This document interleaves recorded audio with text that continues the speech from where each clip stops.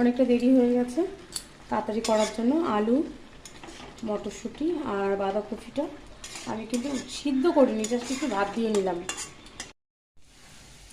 লাল করে আলুটা ভেজে নেব।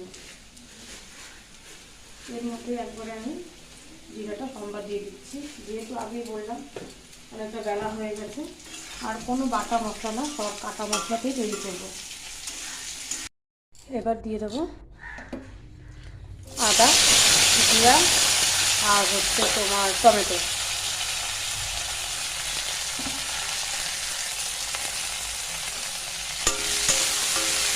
ভালো করে আমি এটাকে একটু মজিয়ে নিই।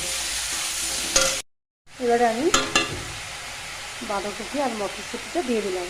আলুটা ভেজে নিয়েছি, আলুটা একটু করে দেবো।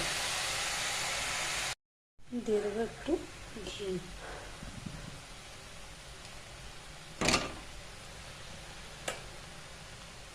দিয়ে দিলাম আগে থেকে ভেজে রাখা আলুটা।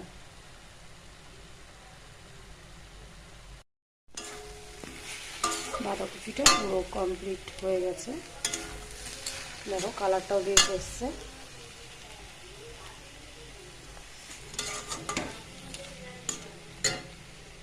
তোমরা কীভাবে করো শর্টকাটে সেটা কমেন্টসে জানাও।